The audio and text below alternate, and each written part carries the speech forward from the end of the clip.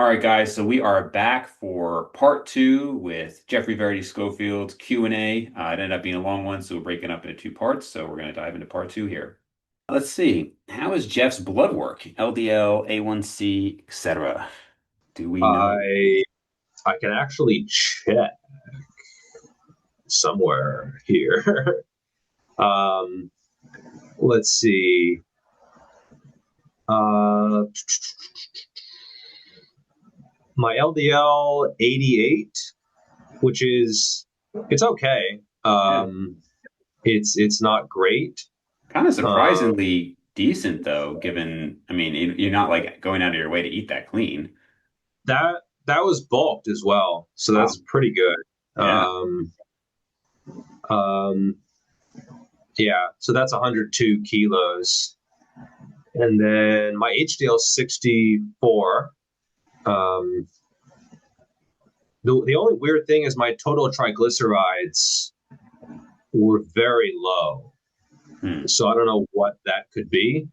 Um, they were one of the things in China, they use slightly different units. Um, 14 milligrams per deciliter or 34 millimoles per liter. And it was like well below the reference range. Hmm. Uh, but it's always been like I've had four blood works over the past few years, and that's always been weirdly low. So, and I feel fine. So I don't know if that's too much of a concern. Well, what were the other questions? ApoA? A1C. Yeah, you probably didn't test that, I'm guessing. No, they didn't test that, but they did test glucose and 83, 86, 93, 91 for the past. So that's pretty. That's about as average as it gets, I think. Yeah, yeah. Yeah, so basically fine. I assume your blood pressure and everything is doing okay.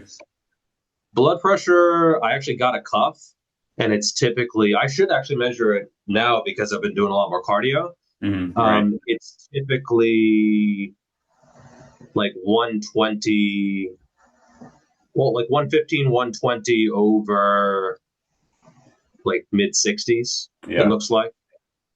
Um, and actually, I'm kind of curious as what it would be like because I'm down to 94, 95 kilos. That was up at like 105. Yeah. So, well, the reason I got the blood pressure cuff was that the doctor's office was like 130 over 70, Oh, really? Okay. maybe.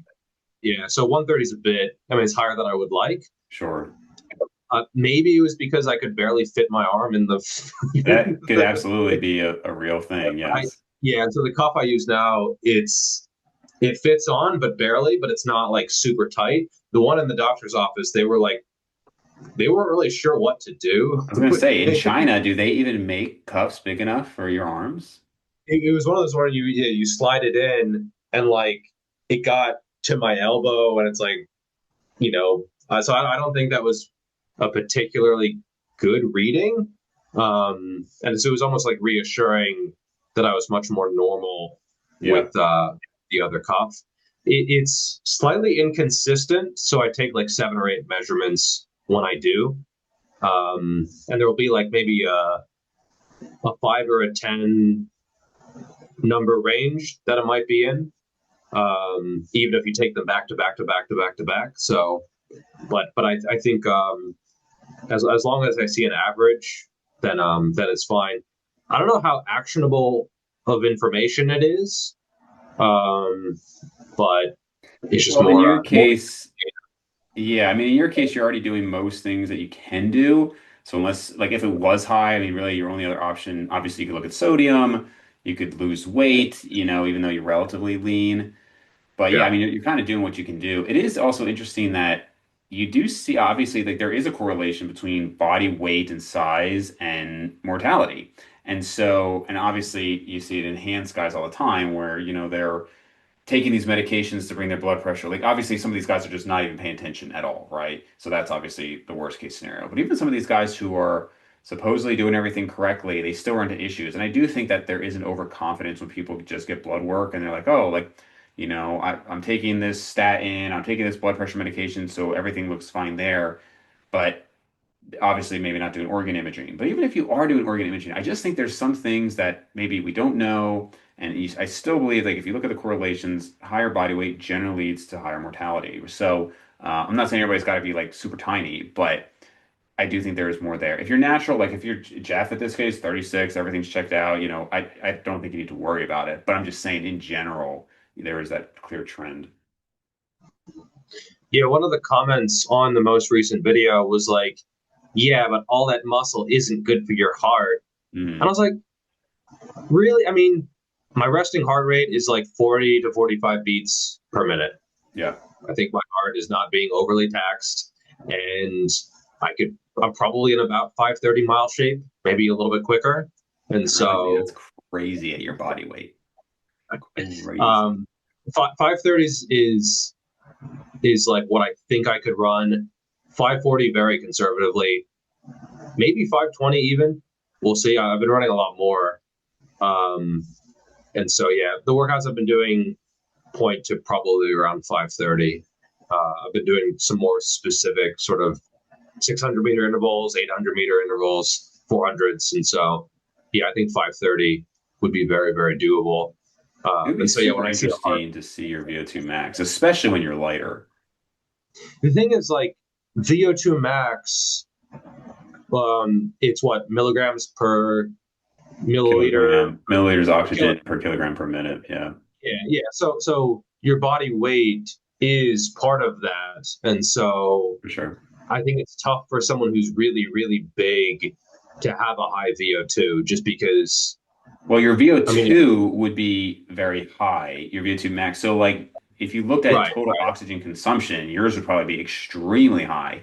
But then, yeah. yes, that's why I said also when you're leaner, it would be. I think it would still probably still be high, but if you look at the absolute number, it would probably be very, very high.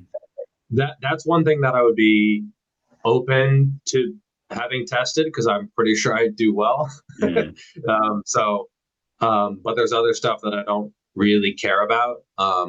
Like I've gotten a million questions about getting my testosterone tested. And I'm just like, I don't know. Like if it was low, like what would I do to try to raise it? Like things I'm already doing, right? And if it was sort of moderate, would trying to get it high even really have that much of a benefit? So, right. but VO2 would be pretty cool to get it tested. Plus, the test looks really fun. They basically just run you to exhaustion. Ugh, that is not fun.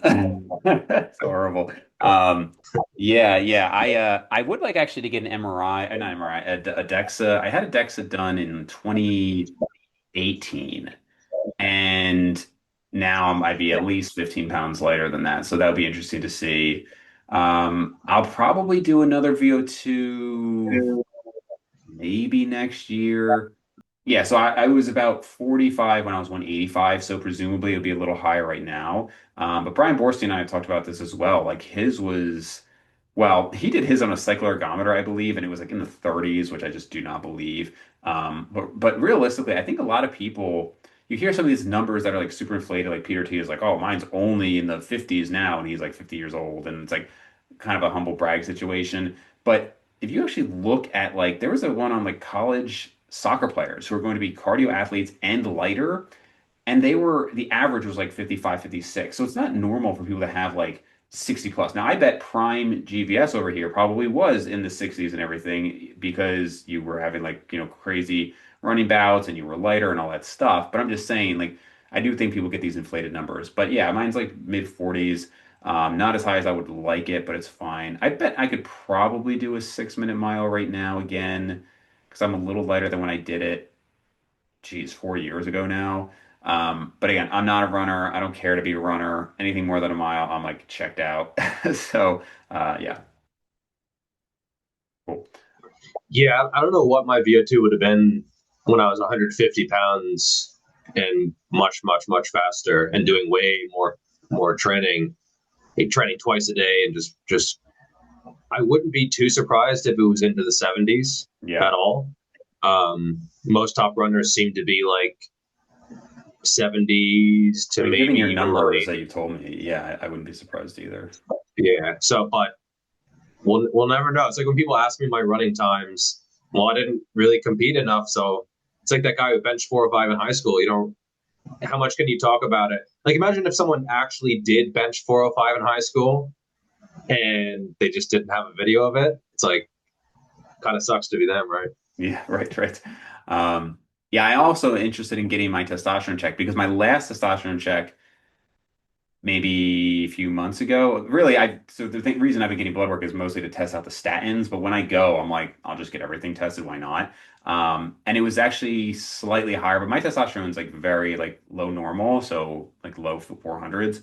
Same thing with Brian. Brian, interestingly, he's obviously very jacked. His was I think in the 300s last time. But now I've never been this lean. I don't think ever in my life. So it'll be interesting to see, am I finally going to notice the dip? Because my libido has clearly dropped in the last 2 weeks or so. Um, and I've talked before about how that really correlates with calorie intake for me. So we'll see. I don't think it's going to be like crazy, crazy low, but I wouldn't be surprised if it was under 400 at this leanness. Cool. All right. So next question here. Oh, I love this one. Let's see. Will Geoff ever buy a quality camera to shoot videos? The reason I say I love it is because if Geoff was in the States, I would have bought Geoff a microphone 4 years ago.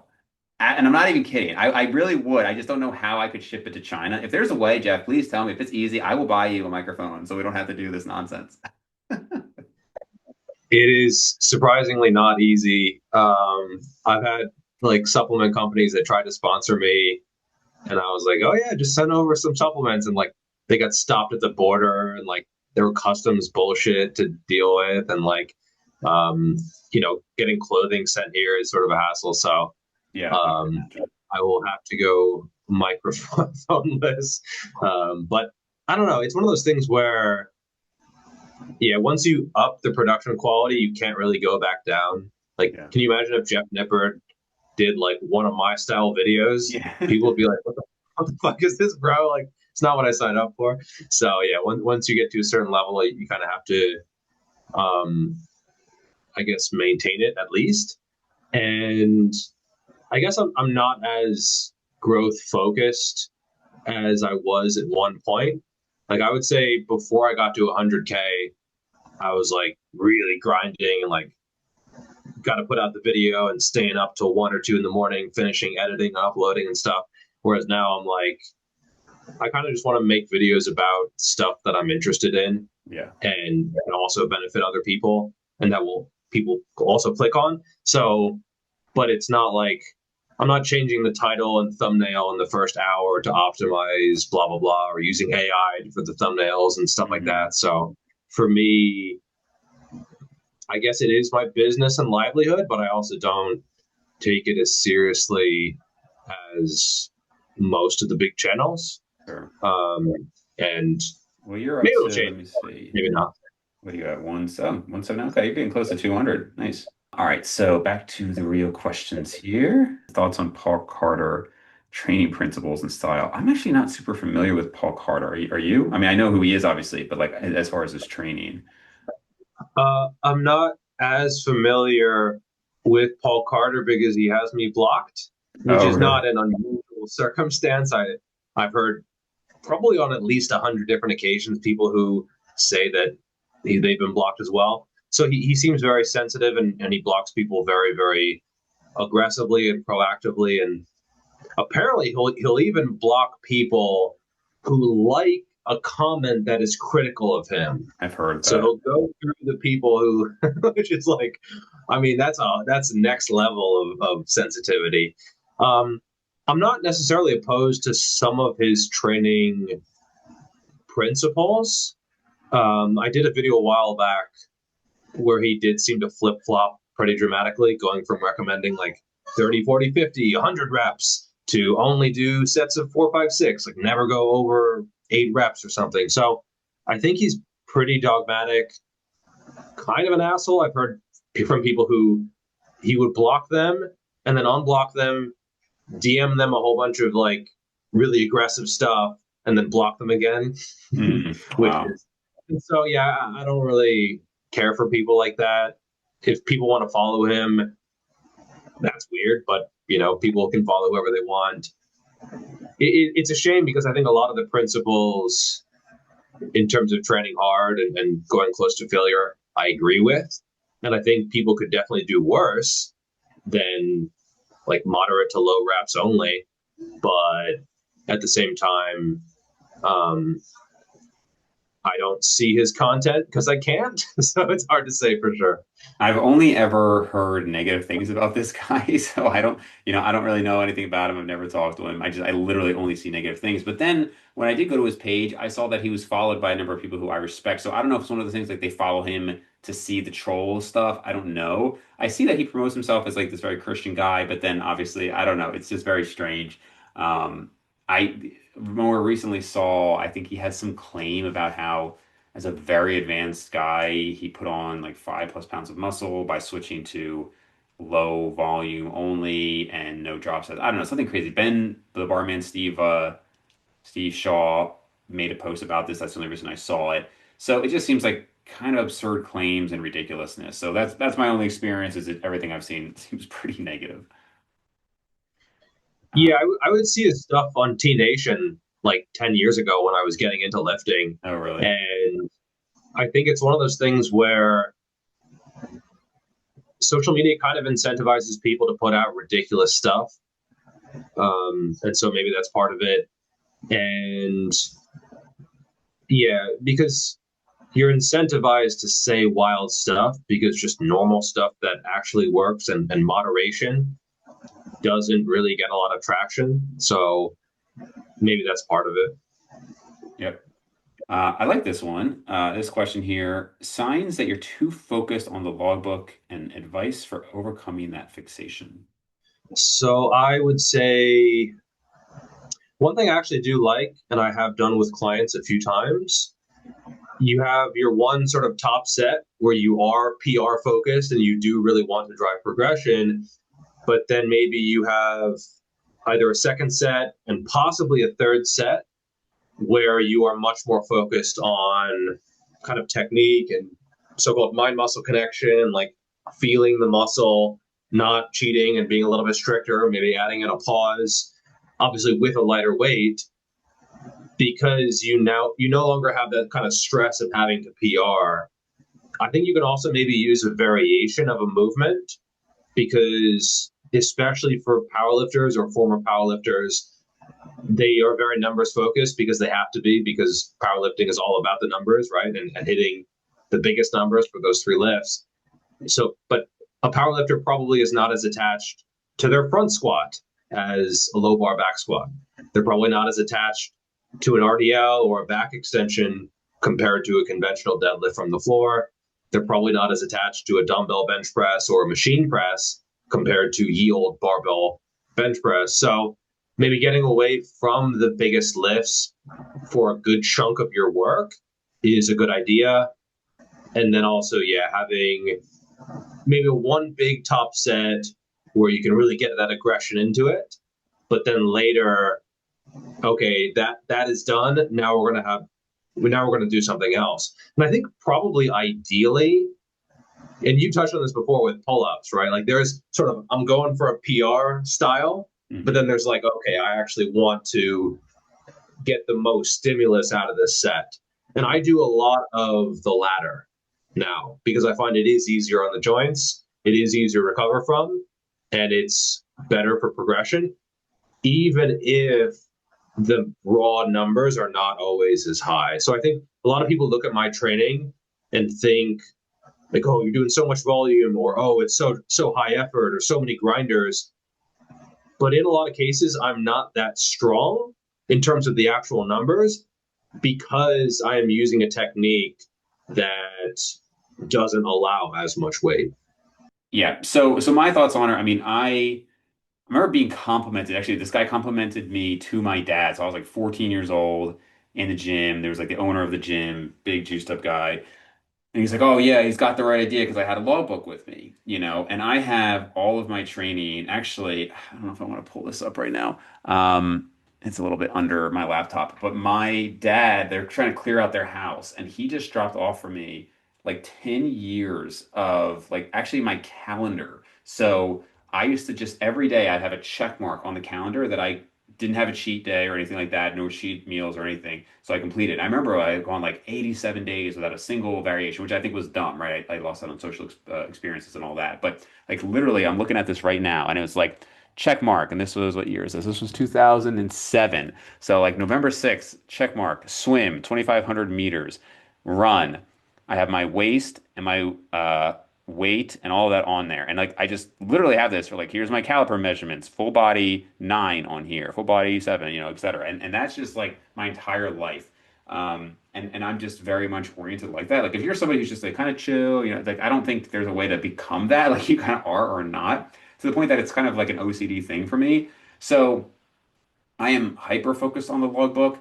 But that doesn't mean, and it's the same reason why I still track my calories and use a food scale. I obviously don't need to do that at this point. I could be very intuitive with it. I just like to have the data. I just like to know. And it's actually mentally easier for me to do that than to not. It would really bother me if I didn't have this and I couldn't look back on it. So that's just a me thing. So because of that, maybe I'm not the best person to ask, like, how do you not focus too much on the logbook? What I would say is, along with the lines of GVS, I would say don't let that get you to then do things to beat it arbitrarily. So, for example, I don't think rest times matter all that much if it's reasonable.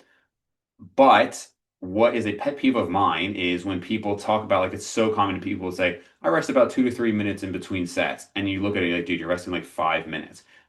Just went down this rabbit hole in like myo reps videos, and I just saw Brad from 3DMJ, and I just saw him talk about his myo reps. And he's like, okay, I'm going to take like 15 seconds here. And I'm watching this. I'm like, dude, this was like a 35-second break, which doesn't matter. If you're consistent with it, I don't think it matters. But the point is like keeping things consistent is important. So if you are going 1 week to the next, then I would say don't add 60 seconds to your rest time then if you're consistent with it previously to then get that PR. Don't change your form to try to get that PR. That's where I think it can really fail.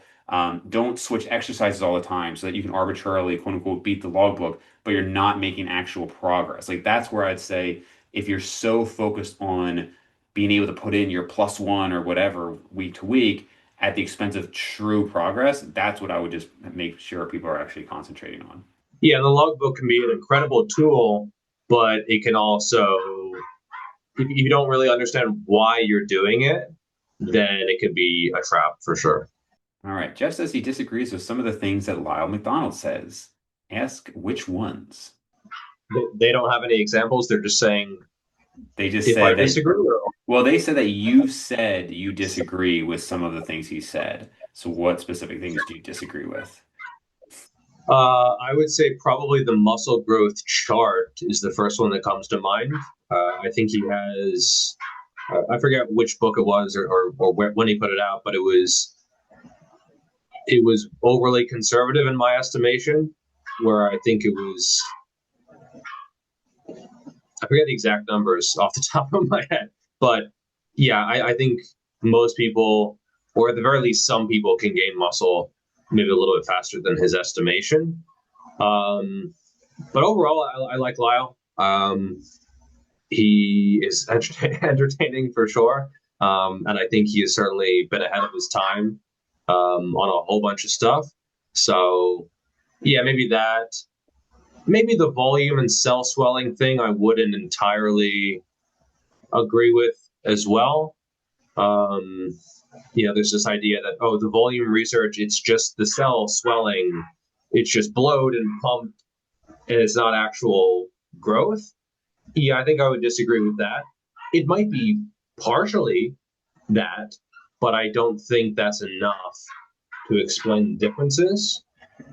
And so, yeah, those two things, maybe some other minor things. Overall, I think he's a good source of information, and their takedown of Dr. Mike was pretty epic. So, yeah, overall, I think he's a good source of information. Cool. I think it's settling down now, but just so you know, the dog, we can like very loudly hear it. So, um, yeah, yeah. So, I mean, obviously, Lyle is like one of the originals in this space. And I think the reality is, if you, of course, there's the whole controversy about his personality and some of the things that he gets on with attacking people. Most of what he says, I think, is pretty quality, pretty evidence-based. Like you said, he was putting out a lot of good information before almost most of the industry that currently is around these days. I obviously don't agree with 100% of anything anybody says, right? But I think for the most part, generally good information. A little bit nihilistic, and I think that probably could be in part based on his own response or lack thereof to training and whatnot. But yeah, I think for the most part, if you're following his information, you're going to get most of the way there. So I think it's fine. Let's see here. Has progress been linear, or was there a turning point or eureka moment when things really took off? I would say if you look at my kind of weight chart over the years, it's been almost a perfect kind of asymptote where things are diminishing and things are slowing down, with the exception of maybe 2018, especially 2019 and 2020 being kind of underwhelming, and then sort of making up for that in 2021, 2022. And it's one of those things where people can show a theoretical chart or graph of you're going to gain this much in year one, year two, year three, year four, but that's not guaranteed. It's not like you just gain those from going to the gym or being consistent. Like those things are important, but dialing in your programming and exercise selection and training hard and just learning can make a huge, huge difference, as well as eating enough, right? Like 2019, I probably spent 7 or 8 months at like under 11% body fat, like veins all in my abs, as well as doing a pretty good amount of running. So it wasn't a big year of gains. And if you don't really nail things, yeah, like building muscle is really tough. It's really, really tough. And the further you go, the harder it is. So, yeah, over the past 2 years, I've gained 5 pounds of muscle. And over the 2 years before that, I would say I probably gained like 9 to 10. So yeah, things are slowing down. I wouldn't say I've ever had any kind of eureka moments, just because I've been doing this for a really long time. So there isn't really much I could hear that would blow my mind or shock me Mhm. about training. And if I saw a study or someone's anecdote that really blew my mind, I think I would be more inclined to be skeptical about it Mm. or even dismiss it, just because I have quite a bit of experience now with myself and coaching people and reading other studies and talking to people in the industry. And so, yeah, when someone's like, oh, you lose 3 months of progress in 10 days of untraining or something like that, it's just that's like the latest sort of Mm. Paul Carter's ish Oh, really? Okay. thing where you atrophy super quickly, like 10 days off, and you lose months and months of gains. It's like maybe based on cell swelling, right? Like you might have a Mm. bit of a latent pump if you're training regularly, and then you stop that. Okay, maybe you do lose a little bit, but yeah, there's not much that I would hear that would give me a eureka moment about training. And it's been more of just like a gradual process of learning rather than having sudden epiphanies. Yeah, I would say I agree with that when it comes to the Eureka moment. I was very fortunate that I got into this with really good sources pretty much from day one. Body for Life was my first kind of real foray into it, which wasn't perfect, but it was like solid training, good nutritional principles. And then it was like Tom Venuto and these guys, and so I really had great information early on. So there was never like, oh, I'm spending $500 a month on supplements, thinking that's going to do it. There was never this one weird trick or anything. So that I'm fortunate with. I will say I have had clear patterns of like a stall and then progress before you would have expected it. So, like freshman, sophomore year, like freshman year of high school, gained a ton, obviously, like 25 pounds.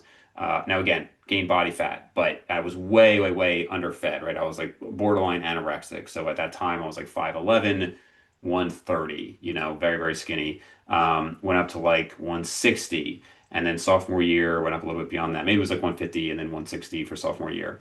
And then my junior and senior year, I barely made progress. And again, you're only like 2, 3 years into lifting at that point. So I definitely had more on the table. Now I was on like acne medication that like really messed up my joints, so that could have been a factor too. Like it was hard for me to like lift heavy, but I was also trying to stay leaner back then. And then I went into college freshman year, netted 7 pounds of muscle. Sophomore year, netted 8 pounds of muscle, right? So bulked up, cut down, really great gains. Junior year of college, tried to stay lean, tried to stay at like 170, which at the time was like lean-ish for me.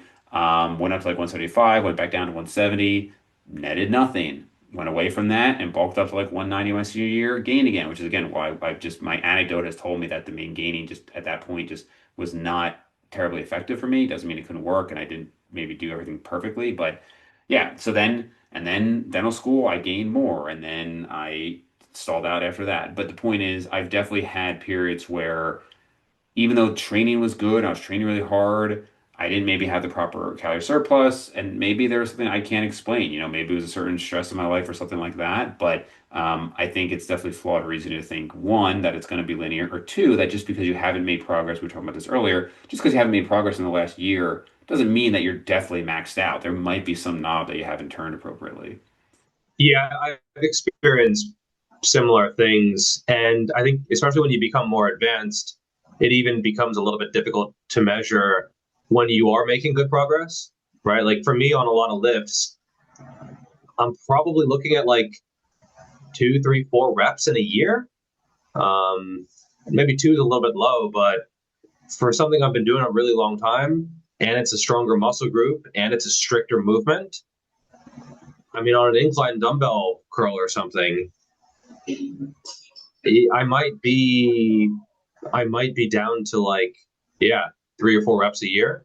Yeah. And so that does make it kind of difficult. You have to be really observant with, oh, is that last rep a 9 second grind or a 7 second grind or a 5 second grind? Like it might look the same in the logbook, but it is different in terms of how you're progressing.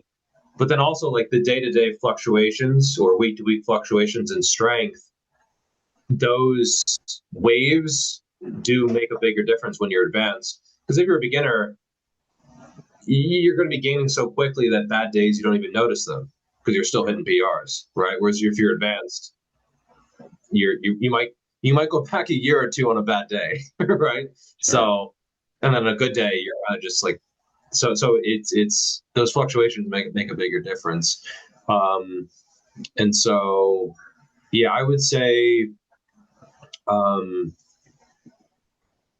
realize that you're going to have bad days and you might even have bad weeks and bad months, but try to find out what is the rate limiting factor, right? Like if everything is going perfectly, but someone's getting 4 hours of sleep, well, you don't really have to worry about your programming because that's not what matters in this situation. Or if someone's super stressed out, or if someone's lean and they're also just not eating enough, worrying about supplements or something else just doesn't matter. So find whatever is the limiter and then fix that before everything else. Yep. Yep, for sure. Cool. All right, let's see what we got here. When did you get your first steroid accusation in person? So obviously this is directed at me. So let me just cover this first.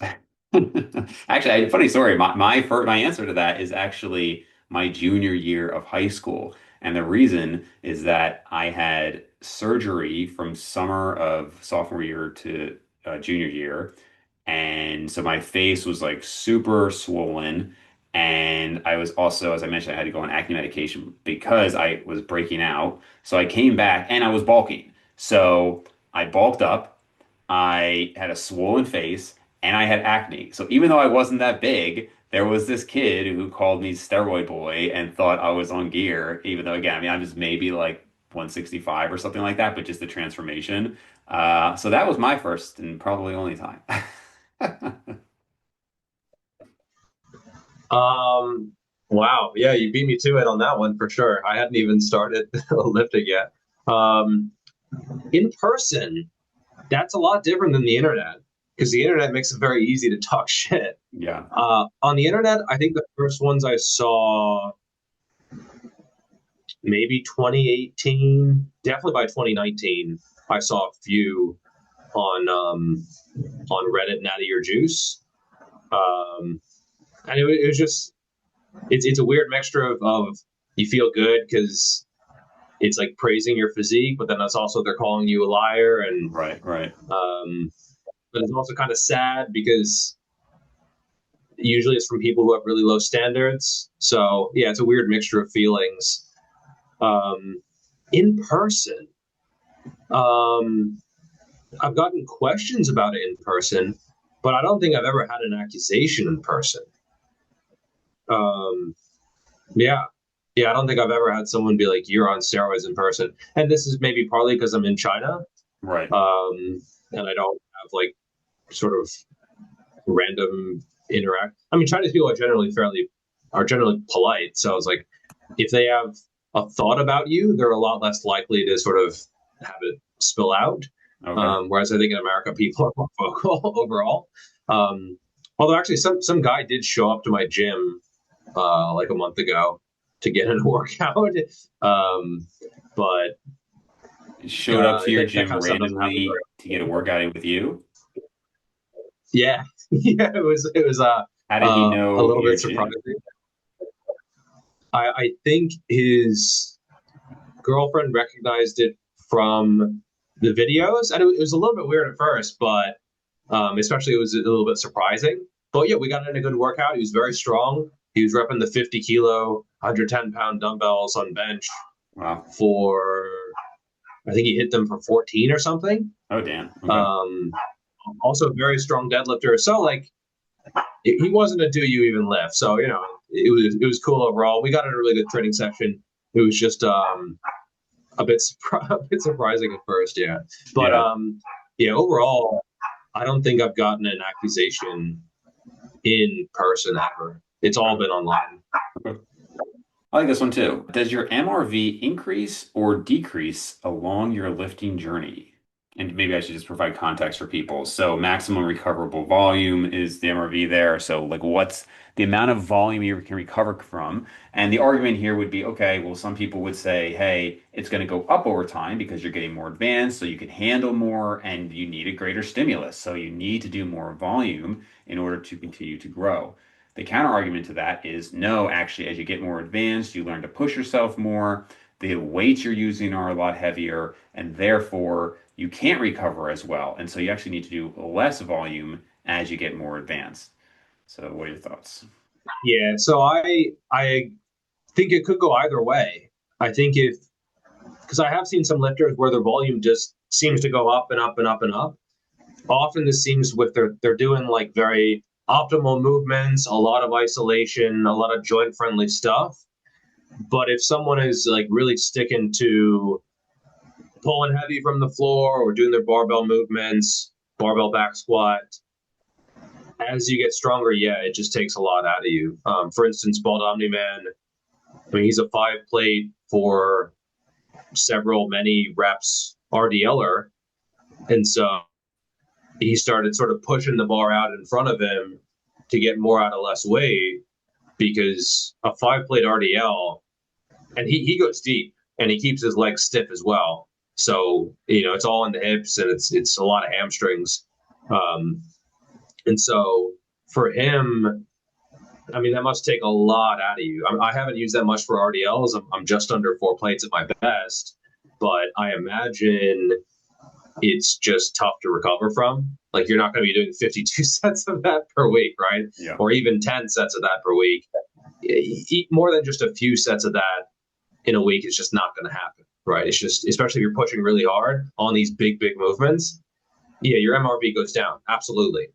Right. Like you could put a beginner or maybe like a late beginner who's adapted to the training, who has the repeated bout effect, but hasn't gotten strong yet.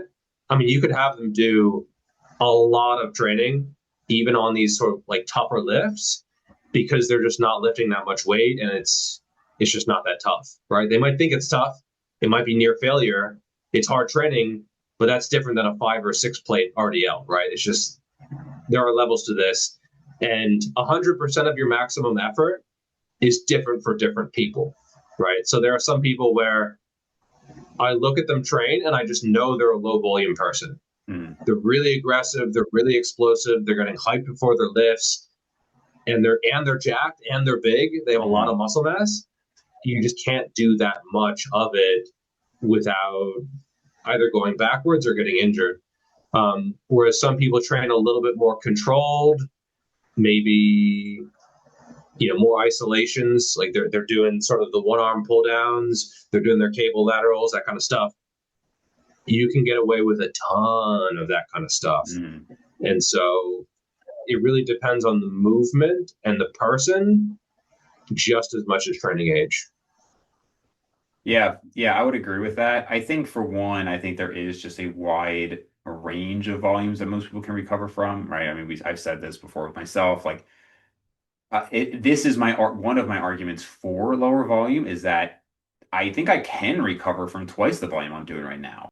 All right, so we had a little technical difficulty there. We were getting blocked by the Chinese internet, so we are back and a few questions left here. So let's see here. So this one we kind of discussed, but we can briefly answer it. How do you balance between training hard, zero RER, failure, beyond failure, intensity technique, etc., and not getting injured over time? So we've both done plenty of beyond failure training. So you want to dive into that first? Yeah, so for me personally, I find what causes the most issues are getting hurt. Would be the heavy weight for me, like low reps, especially if I want to lift a certain weight and I expect to lift it, but maybe it's a little bit of an off day. And so there's a little bit of the ego involved, like, oh, I really want to hit 3.5 plates on RDLs or something, but maybe it's just not there that day for whatever reason, but you want it to be. And so you try to force it. That can definitely cause issues. Um, and so, yeah, the heavy stuff and then just technique and getting out of position and then asking a certain area to lift a weight that it's not really accustomed to lifting or it's not really meant to lift. So the QL, namely, it's a small muscle, but if you put just a lot of force through it, yeah, it can snap apparently. So, but I wouldn't say that. I don't think I've ever gotten hurt from an intensity technique, right? Because you do your drop set, you're not going to get injured on the drop, Hmm. right? Like Yeah. you have your working weight. Let's say you do a set of 10, then you drop the weight by 30% or something. I don't think I've ever seen anyone get injured on the drop. That just doesn't. I mean, the weight is lighter. Yeah, you're more fatigued, but I don't think fatigue in that way really increases your risk of injury. You're tired, it burns, it hurts, but it's not going to get you hurt. So I haven't found that to be an issue. Even on partials, I haven't really found that to be an issue. Like going really heavy on a one arm row, I haven't really had issues with that either. Or one arm pull downs really heavy, no issues there. So yeah, I think you have to know yourself, and I wouldn't do like RDL partials and try to overload that or something like that. No, that just doesn't make sense to me because I know from my own training history that the lower back in that area can have issues. So yeah, you have to know yourself, and I think the intensity techniques are really just rarely what gets people hurt. Like I've never gotten hurt during myo reps or Yeah. even like thought that I might get hurt. It's just the weights are lighter. Yeah, you're training hard, but that kind of hard training I really don't think is particularly injurious. Yeah, I was going to say something similar. Reality is if most of the time you're doing these intensity techniques on isolation movements and entire reps. It's not, I mean, people tend to get injured on one rep maxes, not being warmed up and just going for some like crazy lift, or even if you are warmed up, sometimes you mess your shit up. But for the most part, people are not getting injured on drop sets and supersets and things like that. I mean, I don't think I've ever had like a significant strain from that. It's usually something heavy. And I've done plenty of drop sets, plenty of myo reps and rest pulls and things like supersets. And yeah, I don't think it's much of a concern. Now, maybe you start to get an overuse injury. So maybe they don't mean like an acute injury, but they mean more of like, you start getting sore joints and everything. And that kind of goes back to what we discussed earlier about auto-regulating and backing off the volume and all that. But I think intensity techniques are not generally going to lead to much of an injury. Quick one just for you. Atlaspowershrugged asks, is the Chinese government talking mad shit about USG's meltdown in credibility over the Epstein list? Um, they haven't really been very vocal about that. I don't think they care about that. Like there are some geopolitical things that the Chinese government will definitely point out U.S. hypocrisy or maybe some other stuff, but it's usually in the context of like something that would benefit them. And I don't think this is really one of those cases. I don't know. I just haven't seen much on Chinese social media about it. I could be wrong because I'm not as dialed in with that. You'll ask my wife afterwards if it's been a big big issue over here. My instinct is that it's not. Like they're more concerned with commerce and trade and like the general power struggle more than various lists. And I'm not saying Yeah, it's not an important issue. I think it is, but from the Chinese government point of view, I think they have bigger priorities. sure, sure. All right, couple more here, guys. So let's see. So, I mean, I guess this is relevant to kind of what we discussed earlier. Advice for experienced naturals who want to stay lean year-round without sacrificing progress. Now, I think just in the question itself, I mean, you're saying advanced and lean year-round without sacrificing progress. I mean, the fact that you already are advanced and if you're trying to stay like truly, truly lean, you're just inherently going to sacrifice some degree of progress. But as far as being able to make any progress, I don't know about you, Geoff, but like, both kind of in this more maintaining phase now.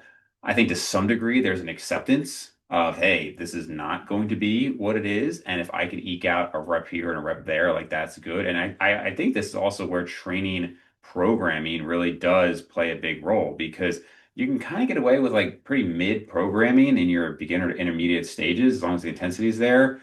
I do think this is where you really have to be specific about how you're training and peaking. And even though there's more arguments to be made for peaking and powerlifting and performance specific, I still think that's relevant here. But again, being realistic about it. Yeah, and it's one of those things, and I don't know who asked this question, but in general, if I get questions like this from someone who claims to be advanced, one of my first thoughts is like, shouldn't you know this because you're Mm, advanced, right? I guess again, I'm going back to where my definition of what is advanced has kind of become more advanced as I've become more advanced. sure. I used to kind of think like, oh, you're 3 years in, you're advanced. I think if you go to the average typical commercial gym, you're probably on average going to see zero advanced lifters and maybe one or two. Um, it depends on the gym exactly. Like if you go to a powerlifting gym or somewhere more serious, you'll probably see a handful.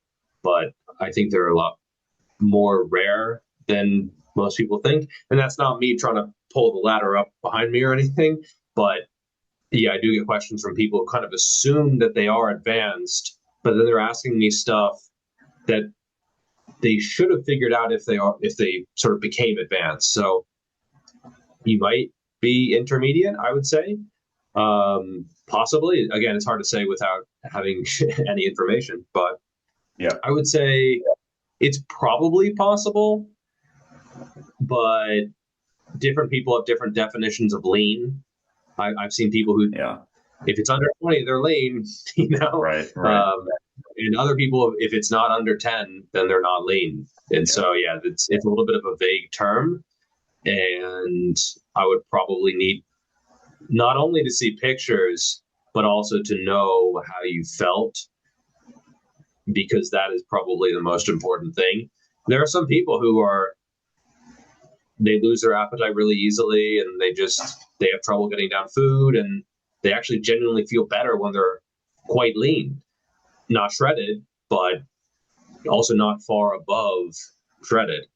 For me, I have a big appetite. I get hungry quite easily. I can eat a lot of food.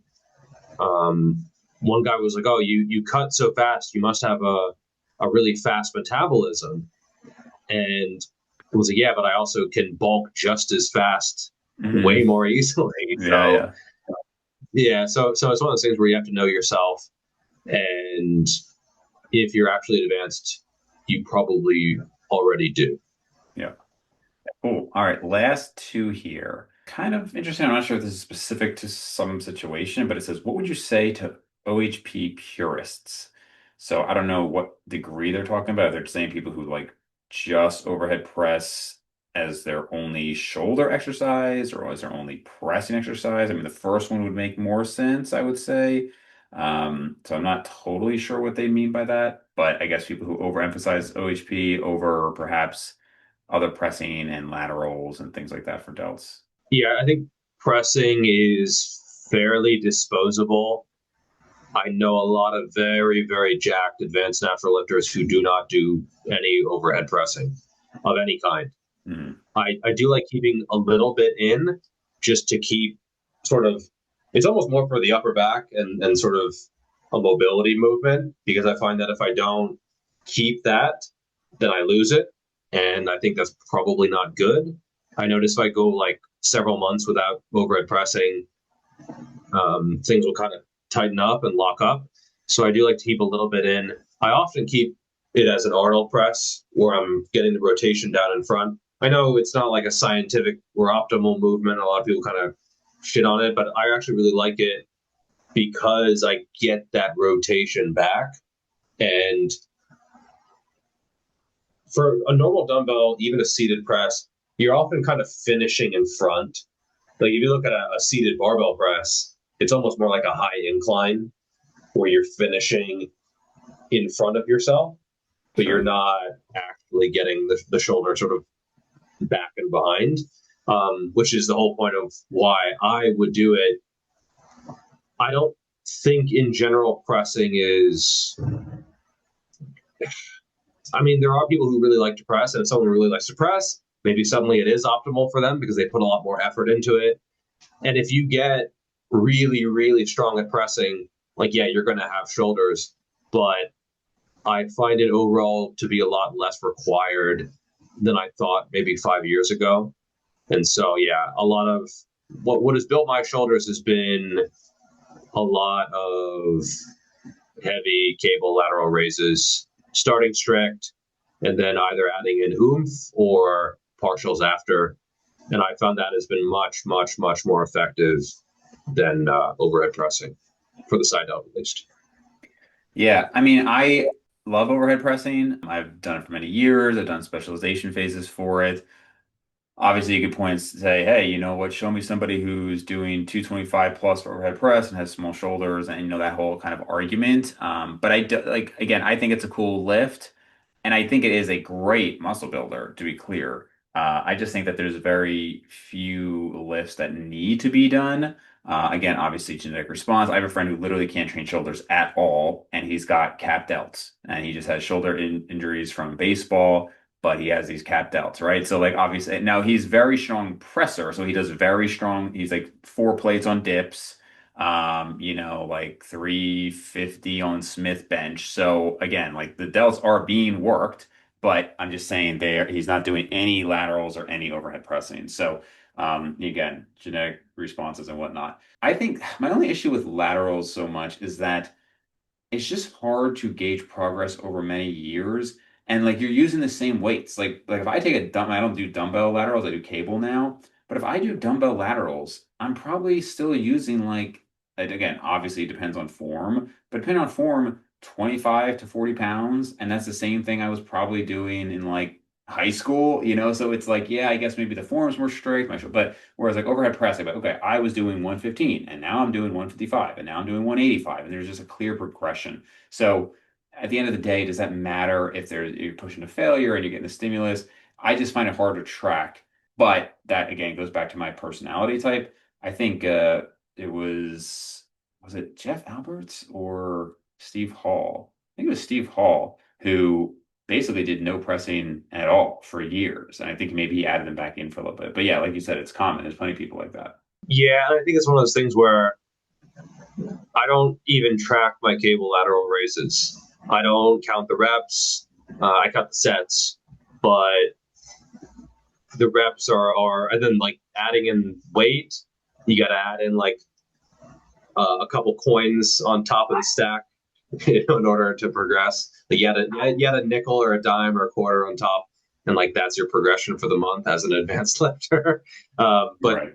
you just, yeah, if something is really hard to track, I think you either have to go all out on being very strict with it so you can track, or just say, kind of, screw it, I'm just going to try to get stimulus from it. Yep. Yep, for sure. Okay, guys, last question. So, and this was the last question that was actually sent in. Muscle imbalances and asymmetries, how to manage, and are they even worth managing? That is a tough one. That is a really tough one. And it's something I'm still sort of going through. You have to be very mindful of your body and how you're moving and which movements are riskier, right? Like for me, doing an RDL, that's a much riskier movement than a back extension. And the RDL does have some unique benefits compared to the back extension, but the back extension might just be the better option if it keeps you healthy. And then trying to work on your core strength and keeping everything in alignment. To a certain extent, some of this is genetic, but I try not to use any of it as an excuse. Like I always think back to, Lamar Gant, the the deadlifter. I think he No. deadlifted 700 at like 130 pounds body weight or something. Hmm.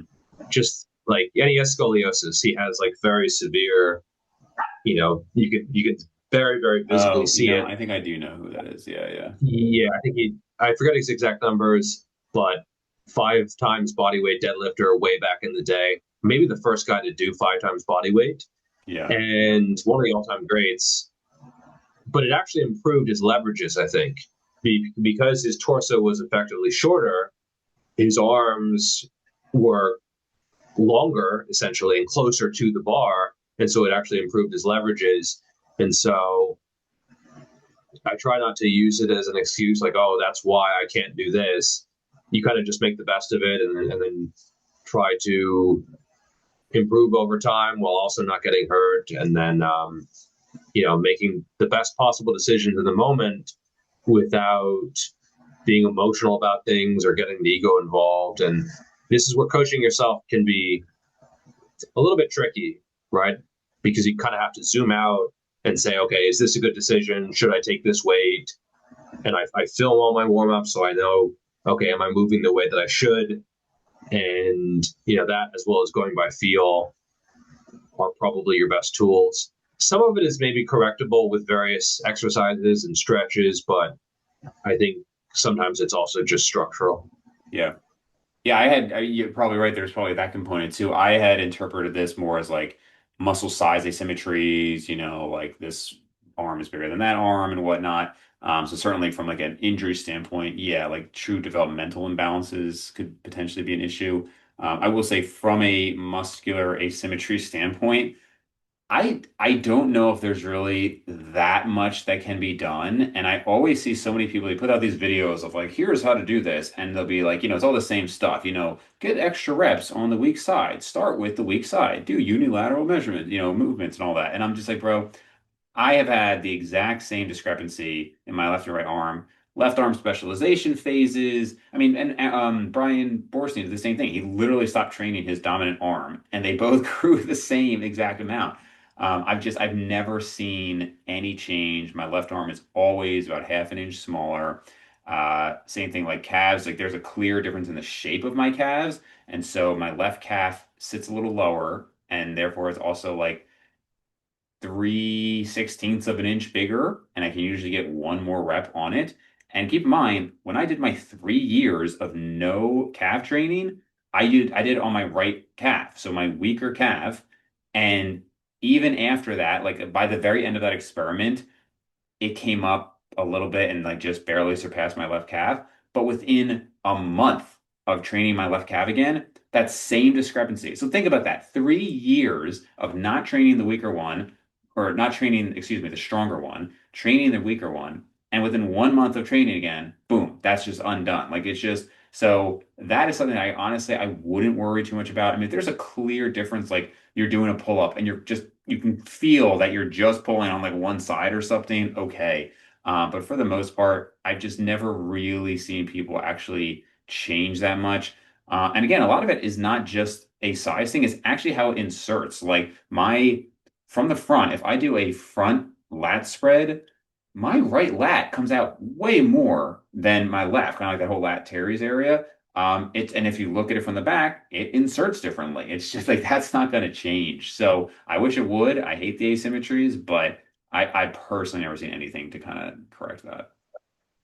Yeah, I chart out my measurements, and I actually was curious, and so I charted out my left and my right arm on the same graph, and they were basically parallel and upwards. And then when I would cut, they would go down, but they were always like half an inch to maybe three-quarters of an inch, and like some of that is probably a slight measurement error, Sure. but they've never been. And you can even see it. Maybe like my right Mhm. is significantly bigger, and the funny thing is when I'm doing alternating dumbbell curls, like I recently hit 60 pounds for 11.